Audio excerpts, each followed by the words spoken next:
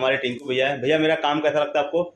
मेरे को भैया का काम बहुत अच्छा लगता है। आज से नहीं, कम से कम नहीं भी तो 7-8 साल से काम कर रहे हैं मेरे पास। मैं पर्सनली हमेशा भैया को भी बुलाता हूँ।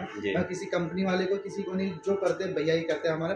और पूरा सेटिस्फाई हूँ मैं। आप जैसे देख सकते हैं किस तरीके से मैं बिल्कुल फिनिशिंग के साथ काम किया है और बिल्कुल परफेक्ट इंस्टॉलेशन किया। शायद कंपनी वाला भी ना कर पाए इस चीज़ को, इसलिए मेरा फेथ हमेशा ऑलवेज भैया के साथ ही रहता है। थैंक यू भैया।